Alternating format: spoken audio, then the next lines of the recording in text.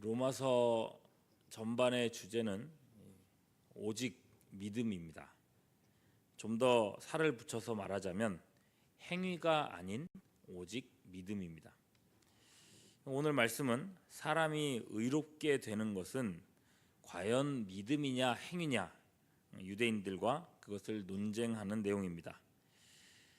바울은 이스라엘 민족이 존경해 마지 않는 그들의 조상 아브라함의 케이스로 이렇게 이야기하죠. 유대인들은 율법 구원, 행위 구원을 주장합니다. 특별히 율법을 따라서 할례를 받지 않으면 구원받지 못한다 말합니다. 그렇다면 그들의 조상 아브라함은 과연 어땠느냐는 거죠. 1절 말씀, 그런즉 육신으로 우리 조상인 아브라함이 무엇을 얻었다 하리요. 그럼 아브라함이 하나님께 무엇을 얻었는가? 하나님께로부터 의롭다 하는 증거를 받았다는 겁니다. 그러면 아브라함이 과연 행위로서 의롭다 하심을 받았느냐 하는 것입니다. 아니죠. 2절 말씀 보시면요, 만일 아브라함이 행위로서 의롭다 하심을 받았으면 자랑할 것이 있으려니와 하나님 앞에서는 없느니라. 여러분, 굉장히 충격적인 말입니다. 아브라함에게 행위의 의라는 것은 하나님 앞에서 없었다고 얘기하는 겁니다. 하나님 앞에서는 없느니라. 아브라함의 삶을 보십시오. 하나님께서 그를 부르신 이후에 아브라함은 수도 없이 실패를 반복했습니다. 약속의 땅 가나안에 머물러 있으라 했는데도 조금만 형편이 어려우면 금방 그 약속의 땅을 떠나서 애굽으로 이렇게 도망가곤 했습니다. 하나님께서 때가 되면 아들을 주시겠다 약속하셨는데도 그는 인간적인 방법을 써서 여종과 동침하여 이스마엘을 낳았습니다. 심지어 자기 살겠다고 사랑하는 아내를 동생이라고 속였다가 아내를 빼앗기는 수모도 겪었습니다. 물론 아브라함이 또 잘한 일도 있긴 합니다. 하나님이 본토 친척 아비를 떠나라고 했을 때에 그대로 따라 나온 일이라던가 100세에 낳은 아들 이삭을 바치라고 하셨을 때 그대로 순종한 일도 있었습니다. 그러나 그것조차도 하나님은 의라고 여겨주지는 않으셨습니다. 하나님 앞에서 행위로서는 의로울 구석이 어디에도 없었다는 것입니다. 하나님 앞에서는 없느니라. 이 말이 그런 뜻이죠. 그렇게 유대인들의 자부심 한 구석을 깨트려 버리는 겁니다. 그들이 흠모에 맞지 않는 아브라함에게 어떠한 행위의 의도 없었다는 것입니다. 아브라함처럼 그들이 선을 행해서 구원을 받을 것이다, 그런 선이 아브라함한테 없었다는 겁니다. 아브라함이 의로 여기심을 받았다는 내용은 오직 한 군데뿐입니다. 3절 말씀이죠. 성경이 무엇을 말하느냐? 아브라함이 하나님을 믿음에 그것이 그에게 의로 여겨진 바 되었느니라. 창세기 15장 4절 이하 말씀에 보면 하나님이 아브라함에게 아들을 주겠다고 약속하시고 그 밤에 하늘의 별을 보여주시면서 네 자손이 이렇게 많아질 거라고 말씀하셨습니다. 그리고 나서 6절은 이렇게 기록합니다. 아브라함이 여호와를 믿으니 여호와께서 이를 그의 의로 여기셨다. 하나님의 약속을 단순히 믿었을 뿐입니다. 그런데 하나님은 그 믿음을 의로 여겨주셨다고 말하는 겁니다.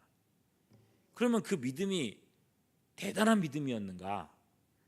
15장에서 믿음으로 의롭다함을 받은 후에 창세기 그 다음 장인 16장으로 넘어가면 그 제목이 이렇게 적혀 있습니다. 하갈과 이스마엘. 하나님을 믿고 하나님께 의롭다 하심을 받은 직후에 그 다음 행동이 이렇게 괴약했습니다. 여종을 통해 아이를 낳은 겁니다. 그럼 도대체 그 전에 하나님께서 인정하셨다고 하는 이 믿음은 도대체가 어떤 믿음인 겁니까? 여러분, 그럼에도 하나님은 그때의 믿음을 의로 여기시는 믿음으로 인정해 주셨다는 것입니다. 그러니 여러분, 아브라함이 가졌던 믿음조차도 사실은 자랑할 거리가 안 된다는 것입니다. 그러니 여러분, 아브라함이 할 말이 있겠습니까?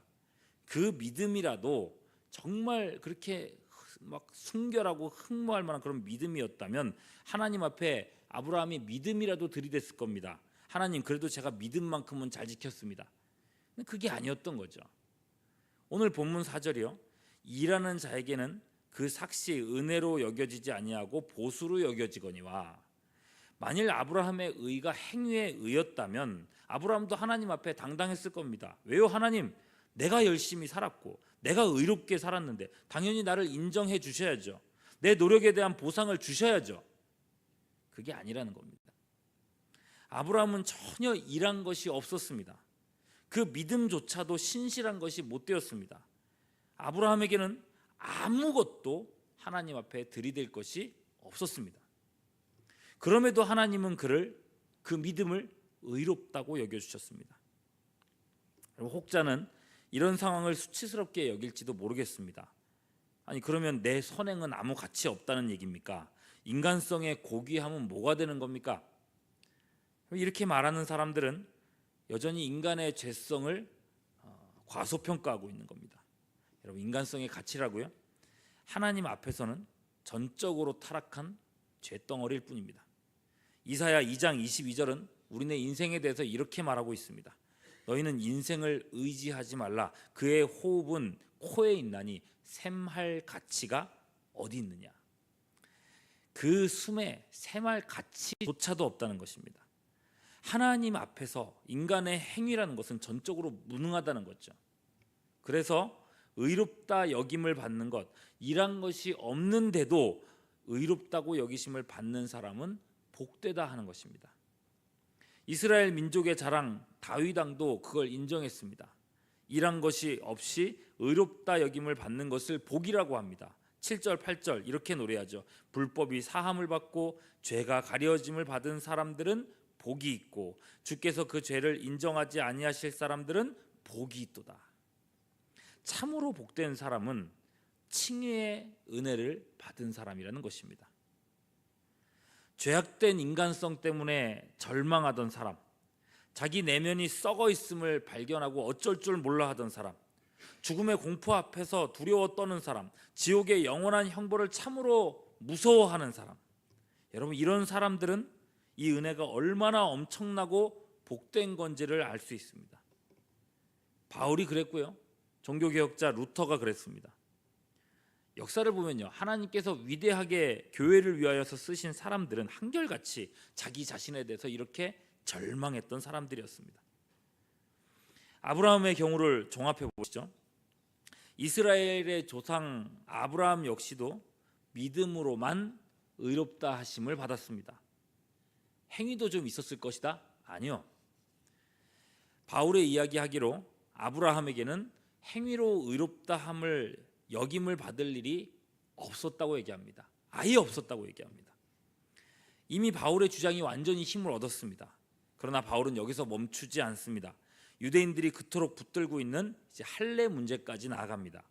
자, 아브라함이 믿음으로 의롭다 하심을 받았다고 했다. 그렇다면 아브라함이 하나님을 믿었을 때가 할례를, 너희가 그렇게 중요하게 여기는 할례를 받기 전이냐 아니면 받은 후냐?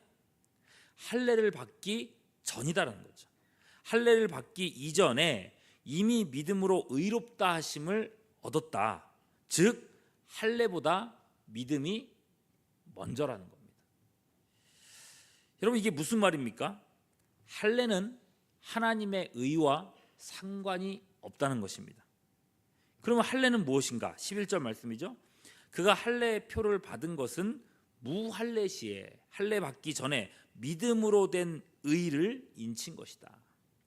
이 사람이 구원받은 사람이라는 외적인 표시로 할례를 행했다는 것입니다. 할례 자체에 어떤 능력이 없다는 겁니다. 그러니까 여러분 우리가 오늘날 받는 세례하고 똑같은 의미라는 겁니다. 우리가 구원받은 것, 성령으로 구원의 사람으로 인침받은 것, 이걸 성령 세례라고 부릅니다. 그러면 물 세례는 뭔가? 이 사람이 믿음으로 구원받았다는 사실을 교회가 외적으로 인치는 것, 이게 세례입니다. 세례도 똑같아요. 세례를 받아서 구원받는 게 아니라 구원을 받았으니까 세례를 받는 것입니다. 어떤 분들은 그렇게 얘기를 해요. 우리가 일단 세례를 줘놓고 나면 이 사람은 무조건 하나님이 구원하실 것이다. 아니에요.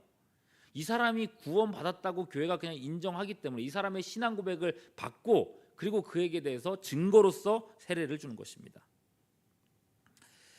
할례 이전에 믿음이었다. 이 말은요, 훨씬 중요한 진리를 우리에게 알려줍니다. 1절에서 아브라함은 육신으로 이스라엘 민족의 조상이 되었었다고 했죠. 그러나 여러분 11절 후반절로 와서 보면 이는 무할례자로서 할례 받기 이전에 믿는 모든 자의 조상이 되어 그들도 의로 여기심을 얻게 하려 하심이라.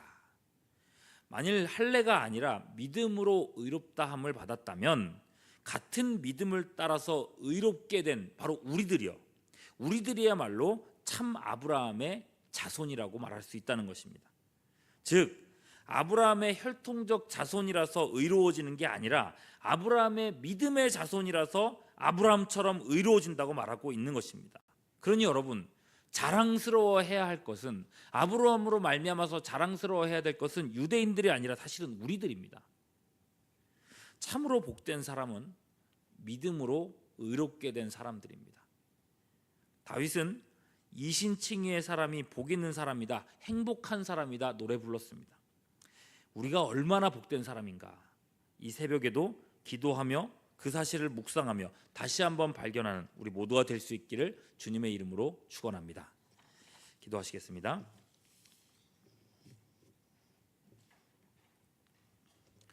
우리에게 믿음의 은혜 주시니 감사합니다. 우리도 아브라함처럼 믿음으로 예수 따르며 살기를 원합니다. 우리의 믿음 없음을 도우시고 연약한 믿음이지만 또한 이 믿음을 보사 우리 안에서 오늘도 새 일을 행하여 주시옵소서. 이 아침에도 기도하는 백성들의 기도를 조성해 주시고 기도에 불이 붙는 우리 교회 되도록 인도하여 주시옵소서. 감사합니다. 우리 구주 예수 그리스도의 이름으로 기도하옵나이다. 아멘. 지금은 우리 구주 예수 그리스도의 크신 은혜와 거룩하신 하나님 아버지의 극진하신 사랑하심과 성령님의 교통하심이 함께 예배드린 모든 주의 권속들 위에 이제로부터 영원토록 함께 하시옵기를 간절히 축원하옵나이다. 아멘. 시간 함께